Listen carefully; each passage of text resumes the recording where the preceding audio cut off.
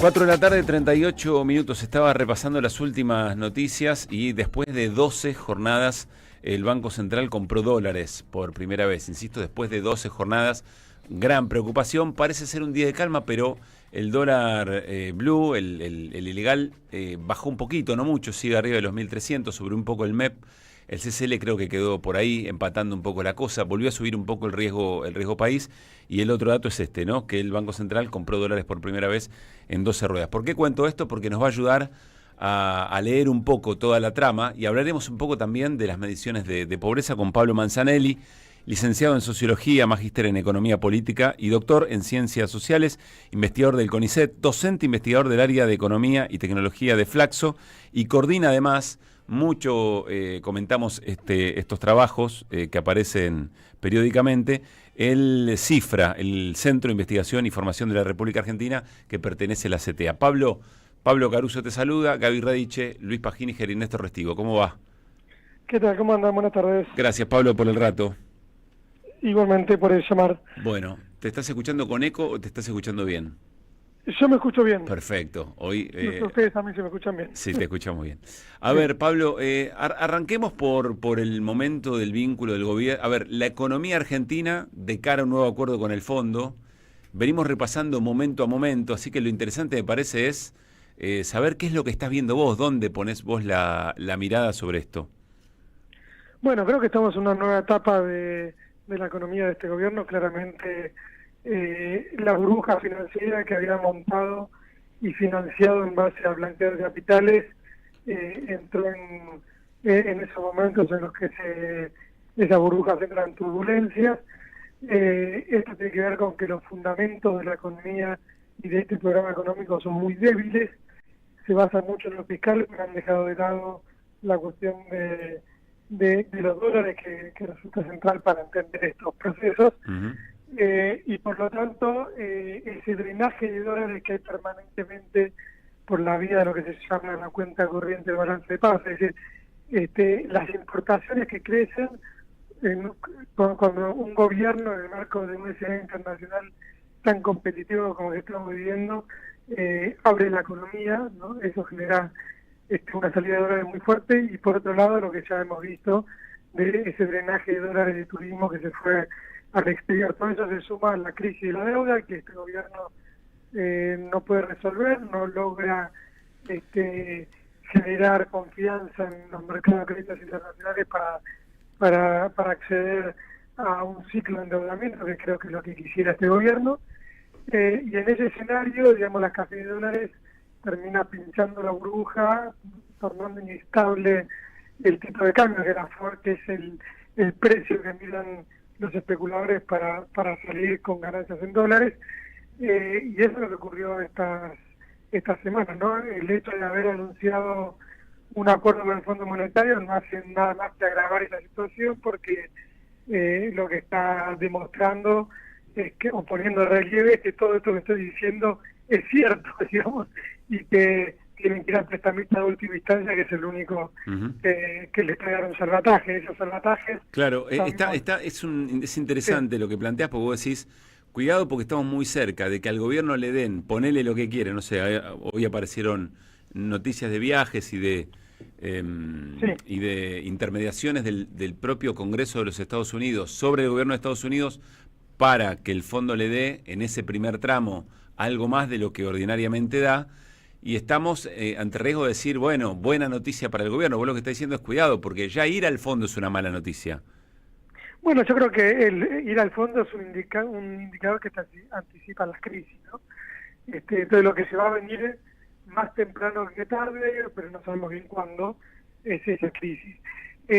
Miren, en lo que va del año, la reserva del Banco Central, es cierto que vos mencionaste el dato de hoy, que lograron una pausa de esa caída libre de la reserva, pero en lo que va del año, ya el gobierno perdió 6.200 millones de dólares de reservas, es decir, el 80% de lo que se está anunciando ahora que va a venir como crédito del fondo para este año, que ni siquiera sabemos cuándo, cuánto tarda, en qué cuotas, etcétera.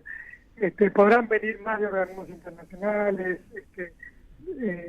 y todo eso, que no es menor en términos de la estrategia de corto plazo del gobierno, porque está aplicando las elecciones de medio término y efectivamente si logra, yo creo que es bastante complicado, pero que si logra conseguir bastante, huevos, que diversos sectores pongan huevos en la canasta para que haya dólares en la economía, lo que puede llegar a hacer es llegar con una situación menos turbulenta a las elecciones, pero lo cierto es que estas situaciones terminan en colapsos en algún momento. Ahora, ¿no hay posibilidad de que al gobierno le salga bien? Es decir, que consiga, yo entiendo lo que está diciendo lo charlamos acá bastante con Carlos Heller, es que no hay solución financiera para un problema económico estructural, que es un poco lo que estás mencionando.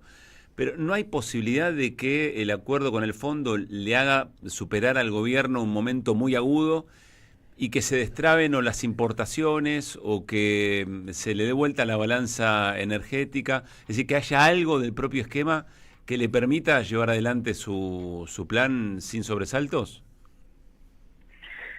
Mira, yo creo que en el corto plazo ya está, esa situación ya la estamos viendo, digo, que suba los dólares paralelos, que caigan las reservas, todo eso se da en el marco de exportaciones energéticas en crecimiento, digo. No estamos sacando de la cuenta ese elemento, es decir, todo lo otro que es la fuga de capitales, que son las importaciones, que son las diversas intervenciones del Banco Central para que el tipo de cambio paralelo no se vaya más de 1.300. Bueno, todo eso está demostrando que la demanda de dólares es mucho más fuerte que la oferta, digamos, ahí la solución de corto plazo que podría ser este ingreso de dólares, digamos, yo creo que la única ventana de oportunidad sería que si es suficientemente grande podría generar las condiciones para un nuevo ciclo de endeudamiento, es decir, para reducir el riesgo país y que el sector privado, los acreedores privados del exterior, vean que esto es medianamente sostenible. O sea, la mejor noticia, lo que mejor le podría salir es que le abra otro ciclo de endeudamiento con la baja del riesgo país.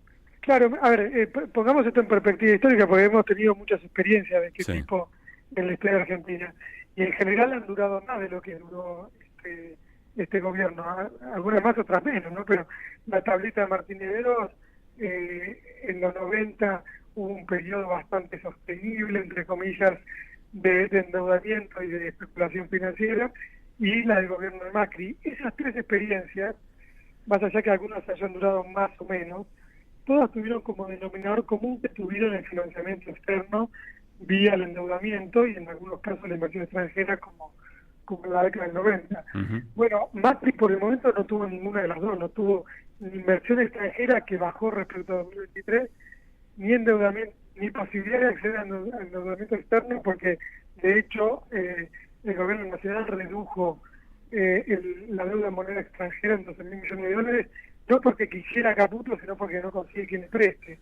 Digo, en esas condiciones lo del FMI parece más un salvataje en un escenario de decadencia que la posibilidad de reiniciar un ciclo fuerte. Bien, clarísimo. Eso es solo que diría a modo de hipótesis. Obviamente que siempre las magnitudes importan y si lo que consiguen en términos de crédito es mucho más de lo que estamos viendo hasta el momento, podría abrir esa ventana de oportunidad. ¿Qué tal, Pablo? Luispa te saluda, ¿qué decís? Quiero llevarte a la otra cara del modelo, o a la misma cara si querés, que es el tema de la pobreza. Ayer el INDEC dio a conocer su índice, 38,1, fue el índice de pobreza para el último semestre, y llamó la atención, o bueno, en buena medida llamó la atención la caída respecto al anterior, que fue del 52,9. Digo, llamó la atención para cualquiera de nosotros que camina por las calles, ve los precios, ve la situación de la gente también en la calle y demás. Y quiero pedirte una mano para que nos ayudes a entender cómo hay que leer ese índice. ¿A qué le tenemos que prestar atención para leer ese índice? Mira, lo primero que, digo, para analizarlo, lo primero que diría es que efectivamente el año pasado tuvo dos fotos. La del primer semestre fue la foto de la gran recesión después de la devaluación de arranque y el ajuste brutal de Milei, y por eso el salto en los precios generó un impacto muy fuerte en los ingresos de los sectores populares, y se hizo aumentar los niveles de pobreza muy fuerte. Recordemos que antes, en el segundo semestre de 2023, estaba en 41,7, es decir, hubo un aumento muy fuerte hasta 52,9, y después volvió a bajar a un nivel todavía inferior al del segundo semestre de 2023. Es decir, la foto del segundo semestre del año no es la foto de la gran recesión donde todos fuimos más pobres, sino una foto en la cual la economía se recuperaba obviamente de situaciones muy profundas de caída del primer semestre, y también los ingresos de algunos sectores de asalariados, de contrapropistas, etcétera, también tuvieron alguna recomposición. De hecho, terminamos el año con un nivel de salario promedio que había empatado al periodo anterior a la devaluación original de Milei, es decir, comparando con noviembre de 2023, y obviamente una porción muy grande de la sociedad que todavía está abajo, como los jubilados, como el sector público, como los asalariados no registrados que todavía no recuperan. Pero digamos, las dos fotos son distintas. Y en la del segundo semestre evidencia esa recuperación de la economía, que quiero decir, y este es el segundo elemento que me parece importante para hablar, que es la insostenibilidad de este indicador. Por dos razones. Primero porque... La del 38,1 decís. La del 38,1. Primero porque estamos en un escenario en el que, como hablábamos recién, todo parece indicar de que va a haber prontamente, ya está viendo en los dólares paralelos una devaluación. Es probable que se avecine alguna devaluación en el oficial, aunque el gobierno no quiera, y eso va a generar un impacto en los precios, y obviamente el indicador de pobreza va a volver a subir si se ocurre. Ahora, si lo comparamos con el final de 2023, ese indicador de 41,7, que estaba todavía más alto, tiene el impacto de diciembre, y donde también estuvo la devaluación que hundió el salario real. Por lo tanto, yo digo, por ahora lo que hizo Milei no fue reducir la pobreza, fue aumentarla en la primera parte del año, reducirlo en la segunda y hacer más inconsistente su programa, porque lo que hablamos recién, no faltan dólares en la economía. Esto es algo que parece que al gobierno mucho no le importa en su diagnóstico, aunque después obviamente se sobreimpone y salen a correr al Fondo Monetario, pero lo cierto es que una economía que se recupera demanda más importaciones, y más aún si hay apertura comercial y saldos exportables en el mundo, porque hay guerra comercial. Toda esa situación es una situación que vuelve más insostenible las cuentas externas de la economía, en un escenario en el que, decíamos, nadie, salvo el prestamista de última instancia, le presta al gobierno. Claro, es decir, de alguna manera lo que parece poco probable es que estemos hablando de un indicador de pobreza en caída, digamos, ¿no? En función de lo que está ocurriendo en la economía, algo que nos permita pensar, bueno, dentro de 6 meses, cuando volvamos a ver ese índice, va a ser todavía más bajo. Bueno, eso depende de cuándo se produzca una devaluación, cómo sigue el proceso y el sendero de los precios en la economía. Por supuesto, el tema de la ocupación. Estamos teniendo una caída de la ocupación industrial muy grande, con 200.000 puestos de trabajo desde que asumió Milei, sobre un total de 1.300.000. Es decir, hay muchos fenómenos que pueden llegar a converger en esto. Yo no sé exactamente si es en el próximo indicador que lo vamos a ver, pero creo que sí es claro que la situación económica muestra que este número no es sostenible en el mediano plazo. Pablo, gracias como siempre. Ojalá un día te vengas a piso y charlamos. Dale, cuando quieras estoy ahí. En el mismo sentido. Un gran abrazo. Un abrazo, hasta luego. Bueno, Pablo Manzanelli, de Cifra, licenciado en Sociología, magíster en Economía Política, doctor en Sociales. No quiero jugar el papel de maestro ciruela, ni mucho menos, pero dijo dos cosas que para mí son muy importantes para sortear una dificultad del momento, que es que no te lleve puesto la catarata de informaciones de todos los días, ¿no? Como si todos los días volviera a empezar una historia distinta y nos enganchamos de esa manera a ver cómo empieza, cómo termina un episodio. a lo que nos invita Pablo Manzanelli, me parece es como a estructurar un poco el momento. Y por un lado dice, lo voy a resumir en dos cosas que dijo, lo de la ida al fondo del gobierno parece más un salvataje de un momento en decadencia del plan económico del gobierno que fondos frescos para el reinicio de un ciclo. Me parece muy interesante esa perspectiva, porque entonces ahí salimos de la idea de a ver si le dan o no le dan lo que el gobierno quiere, y los que son que son oposición gritarán hurra si no se lo dan, porque sentirán que vienen las contradicciones más fuertes, y los que son más cercanos al gobierno festejarán, porque efectivamente apareció ese número que estaba buscando el gobierno. Bueno, no, la mirada tiene que ser un poco más amplia. Y muy vinculado a esto, cuando Luispa le pregunta por la pobreza, dice, bueno, en realidad generó una enorme cantidad de situaciones dramáticas de pobreza con la devaluación. Después es cierto que mejoró porque algunos indicadores del ingreso mejoraron, pero no mejoró la situación original. Es decir, si Milei vino para darle más felicidad a la gente, bueno, no se la dio, por lo menos en el tiempo que va. Más bien todo lo contrario, porque respecto incluso hasta de Massa, tuvo situaciones más favorables, porque no tuvo sequía, porque no venía de la pandemia, bueno, no importa, más allá de eso. Ahora, entonces en términos de pobreza no hay nada para mejorar, pero este 38,1 no es sostenible, este número no es sostenible por lo anterior, porque el modelo económico está en declive. Y ahí me parece que encuadra perfecta todas las historias y todas las cosas que conozcamos de política en este rato, o en estos días, metámoslas en esta caja, y me parece que se va a poder ver un poco mejor la escena, ¿no? Entre la calidad de vida de la gente, las relaciones de la política y el momento del plan económico.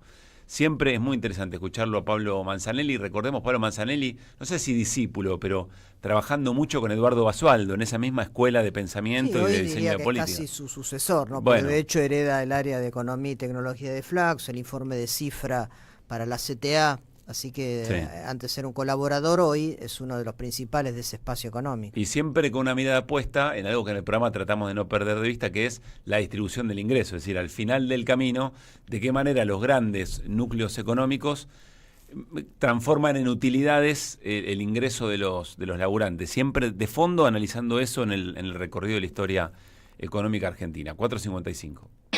En AM500